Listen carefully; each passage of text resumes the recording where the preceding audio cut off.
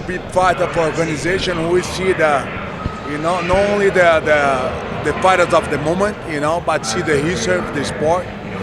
And I'm between those guys. I'm growing up to seeing them. Don't Fry, Don Severn. I saw his fights several times, in the UFC.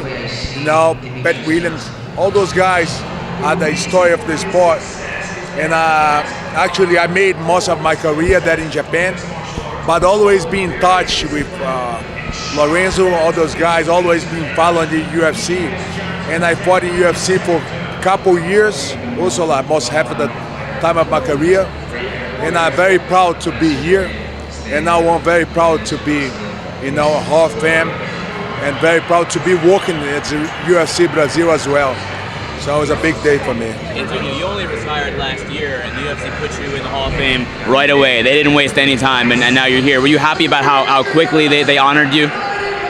Man, I'm very happy, how the organization been trading me. And after 3 years, I've been working for them, and always been happy. Since we signed, since the beginning, always we never geared about it. I'm trying to understand how the organization works. And it's really good. I'm a big fan, and I've been talking to them. I'm a big fan of UFC. Watch the sport before the UFC and after UFC. After they change the sport, after they create the top, the ultimate fight. And I'm a big fan. So what they did with me, I'm very happy with. They took right away. So I'm between those legends, those dinosaurs of the sport.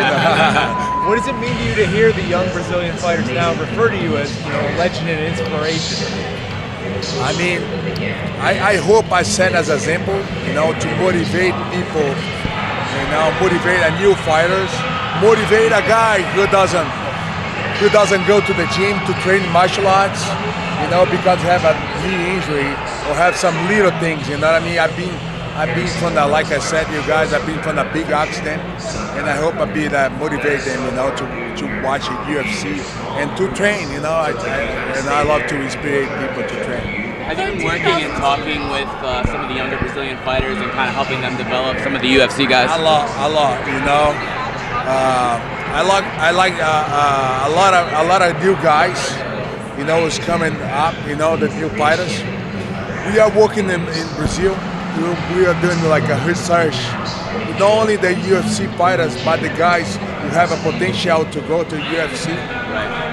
We study all the ranks in Brazil, and we see a lot of guys who's gonna come to UFC in the future. I like to talk with Jacaré as well. He's not a young fighter, but I like to talk to him a lot. He's a big friend of mine. I love to talk with Demian Maia. Thomas Almeida, the guy I have talked a lot in São Paulo. There's a guy from Brasilia, Renato Moicano.